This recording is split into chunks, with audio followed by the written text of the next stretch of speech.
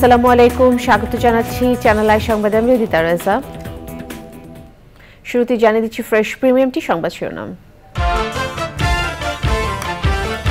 কিছু ভালো লাগে না এই শ্রেণী থেকে সতর্ক থাকতে প্রধানমন্ত্রীর পরামর্শ, তরুণ প্রজন্মকে ভবিষ্যতের জন্য প্রস্তুত হওয়ার আহ্বান।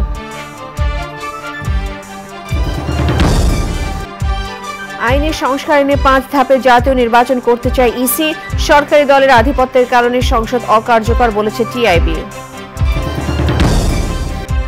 এবং টি-20 বিশ্বকাপের উদ্বোধনীতে কানাডার বিপক্ষে যুক্তরাষ্ট্রের বড় জয়, দ্বিতীয় ম্যাচে পাপুয়া নিউগিনির প্রতিপক্ষ ওয়েস্ট ইন্ডিজ।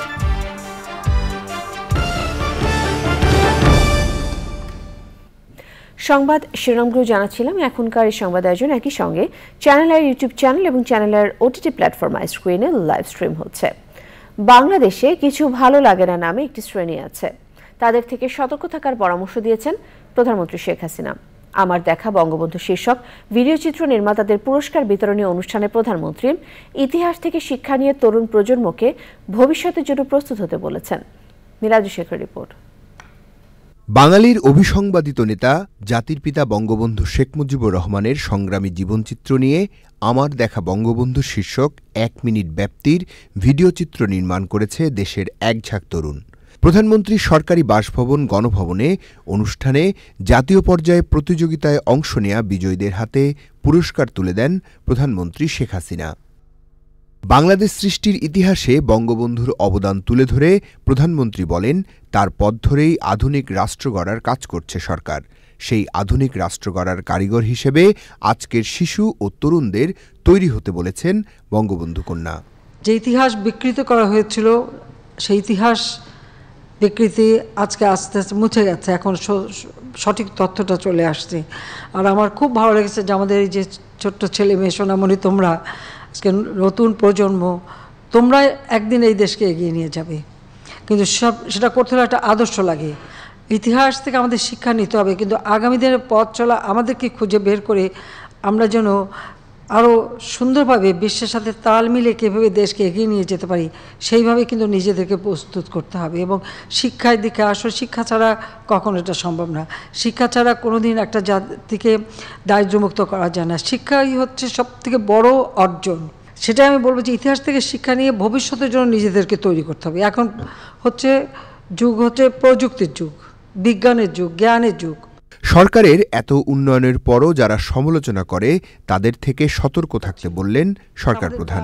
বাংলাদেশে কিছু মানুষ আছে, তাদের সব কিছুতেই কিছু ভালো লাগে না। আমি বলি এটা হচ্ছে কিছু ভালো লাগে না গ্রুপ। যেটাই করবো বলি এটার কি দরকার ছিল, মেট্রো রেল এটার কি দরকার ছিল, এক্সপ্রেসওয়ে খামাখে এগুলি করে পয়সা নষ্ট। তো এরকম ধরনের মানুষ কিন্তু নেতিবাচক মনোভাব নিয়েই তারা চলে। তারা সব কিছু আবার যখন তৈরি করি তখন দেখি খুব ভালো করে সেগুলো আবার খুব মজা করে আবার ব্যবহার করে, এটাও আবার আমি দেখি। তো আমি এটাই বলবো তোমাদেরকে তৈরি হতে হবে, এই যে মুক্তিযুদ্ধের চেতনাটা যেন নষ্ট না হয়। অর্থাৎ বাংলাদেশ যে ক্ষুধা দারিদ্র্যমুক্ত উন্নত বাংলাদেশ গড়ে উঠবে, তোমাদেরকে গড়ে তুলতে হবে। সামনে কিন্তু অনেক কাজ, আমরা স্মার্ট বাংলাদেশ করব।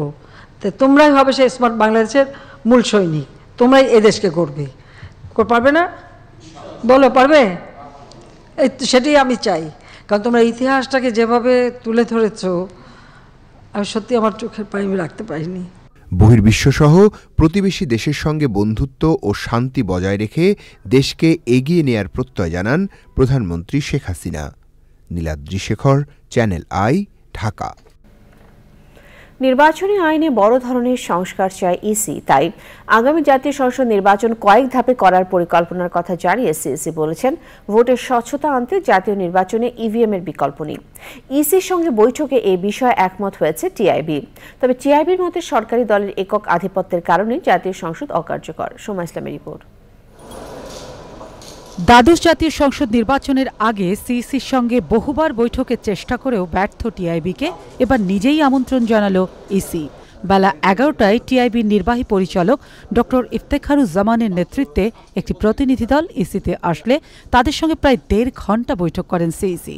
বৈঠক শেষে টিআইবি পরিচালক জানালেন, নির্বাচনী আইনের সংস্কার, ভবিষ্যতে জাতীয় সংসদ নির্বাচন 1 ধাপে নয় 5 ধাপে করার পরিকল্পনা ও ইভিএম ব্যবহার সহ ইসির ভবিষ্যৎ পরিকল্পনাগুলোর কথা।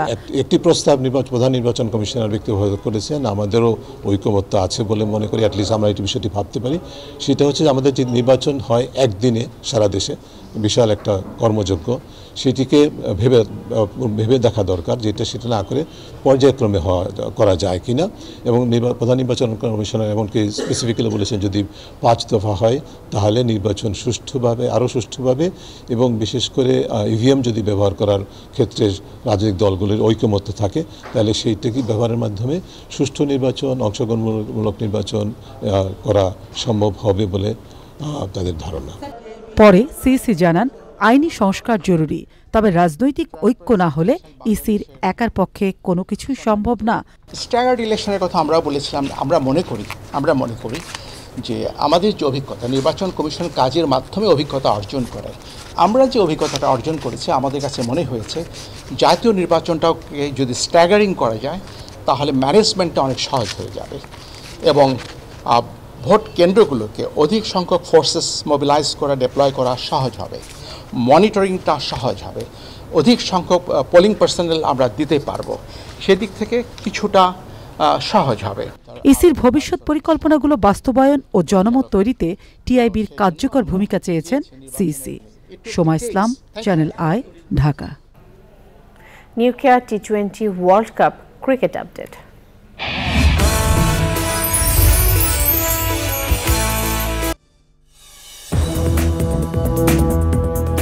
ফিরে এলাম বিরতির পর। আমিন জুয়েলার্স আন্তর্জাতিক সংবাদ।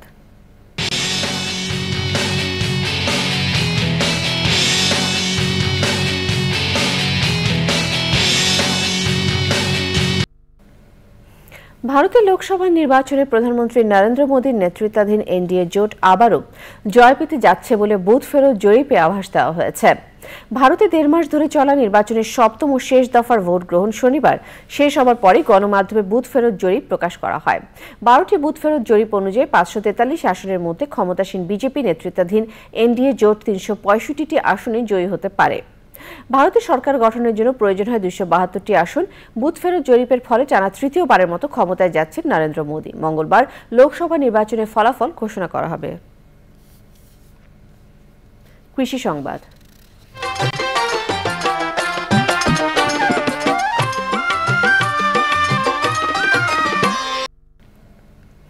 খরাপ্রবণ বরেন্দ্র অঞ্চলের কৃষিতে অভূত পরিবর্তন এনে দিয়েছে বরেন্দ্র বহুমুখী উন্নয়ন কর্তৃপক্ষ। বৃষ্টি নির্ভর ফসলের বিপরীতে বরেন্দ্র অঞ্চলের ভূমি এখন 12 মাসে উর্বর ফসলে পরিণত হয়েছে।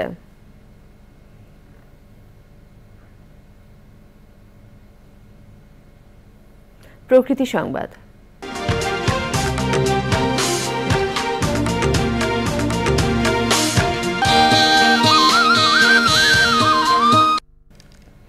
ঘূর্ণিঝড় রিমালের তাণ্ডবে বিধ্বস্ত বাগেরহাটের জনপদ। ক্ষতিগ্রস্ত প্রায় 300 কিলোমিটার সড়ক, নেই সুপেয় পানি। পরিবার পরিজন নিয়ে অনাহার অর্ধাহারে দিন কাটাচ্ছেন ক্ষতিগ্রস্ত মানুষ। অপূরণীয় ক্ষতি হয়েছে এই অঞ্চলের পরিবেশ ও জীববৈচিত্র্যের।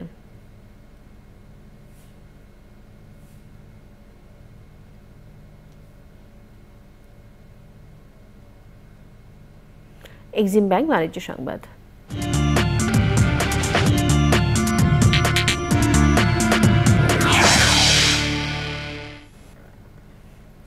মার্কেন্টাইল ব্যাংক পিএলসির 25তম প্রতিষ্ঠা বার্ষিকী উদযাপন করেছে ব্যাংকটি। ব্যাংকটির প্রধান কার্যালয়ে এক অনুষ্ঠানে প্রধান অতিথি ছিলেন চেয়ারম্যান মোর্শেদ আলম।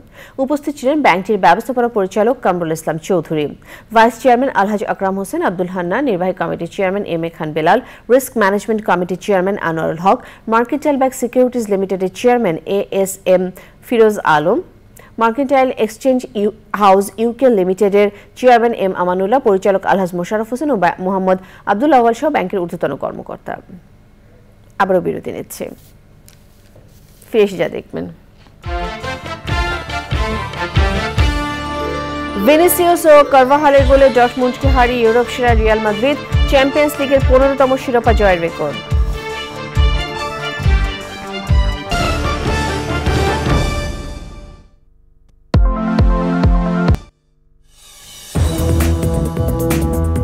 ফিরে এলাম বিরতির পর। মালয়েশিয়ার শ্রম পাচার বন্ধ হওয়া এবং দায়ের সিন্ডিকেটকে শাস্তির আওতায় আনতে 6 সদস্যের তদন্ত কমিটি করা হয়েছে বলে জানিয়েছেন প্রবাসী কল্যাণ প্রতিমন্ত্রী। একই সাথে ক্ষতিগ্রস্ত শ্রমিকরা যাতে অগ্রাধিকার ভিত্তিতে মালয়েশিয়ায় যেতে পারে সেই লক্ষ্যে আগামী বুধবার বাংলাদেশে মালয়েশিয়ার হাইকমিশনের বৈঠক হবে। এক সংবাদ সম্মেলনে এই বিষয়ে বিস্তারিত তুলে ধরেন প্রতিমন্ত্রী।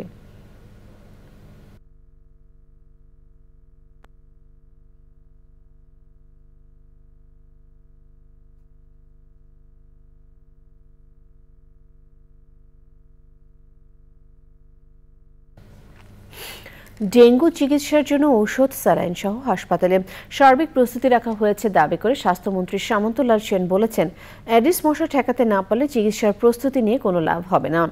ডেঙ্গু সংক্রমণ নিয়ন্ত্রণে সরকারের সংশ্লিষ্ট দপ্তরগুলোর সমন্বিতভাবে কাজ করা উচিত বলে মন্তব্য করে সচিবালয়ে সাংবাদিকদের মন্ত্রী জানান, শিগগিরই এ বিষয়ে আন্তঃমন্ত্রণালয়ে বৈঠক হবে। এটা শুধু স্বাস্থ্য মন্ত্রণালয় না, এটা অন্যান্য মন্ত্রণালয়, মানে মশা যাতে না হয় সেটার ব্যবস্থা করার। আমাদের স্বাস্থ্য মন্ত্রণালয়ের যেটা প্রস্তুতি, সেটা আমাদের প্রচুর স্যালাইন আছে। আমাদের এখন চিকিৎসকরা একদম উপজেলা পর্যায়েও ডেঙ্গি রোগের চিকিৎসা সম্বন্ধে ওয়াকেবল, ডেঙ্গি আমাদের গাইডলাইনও আছে। তো সুতরাং এতে কোনো অসুবিধা হবে বলে আমি মনে করি না। কিন্তু আমি আবারও বলছি ওই একই কথা যে prevention is the best treatment, এটি আমাদেরকে আগাইতে হবে। আপনি আপনার বাড়িতে, আমি আমার বাসায়, আমরা সবাই যদি এটা সচেতন হই তাহলে ডেঙ্গি মোকাবেলা সম্ভব। ঘূর্ণিঝড় রিমালে দেশের 20 জেলায় 6,880 কোটি টাকার ক্ষতি হয়েছে বলে জানিয়েছেন দুর্যোগ ব্যবস্থাপনা ও ত্রাণ প্রতিমন্ত্রী মহিবুর রহমান। সচিবালয়ে রিমালের সার্বিক পরিস্থিতি নিয়ে আন্তঃমন্ত্রণালয় সভা শেষে প্রতিমন্ত্রী জানান, প্রাণহানি ছাড়াও ঘূর্ণিঝড়ের রাস্তা, বেড়িবাঁধ, বাড়িঘর ও সামাজিক প্রতিষ্ঠান ক্ষতিগ্রস্ত হয়েছে।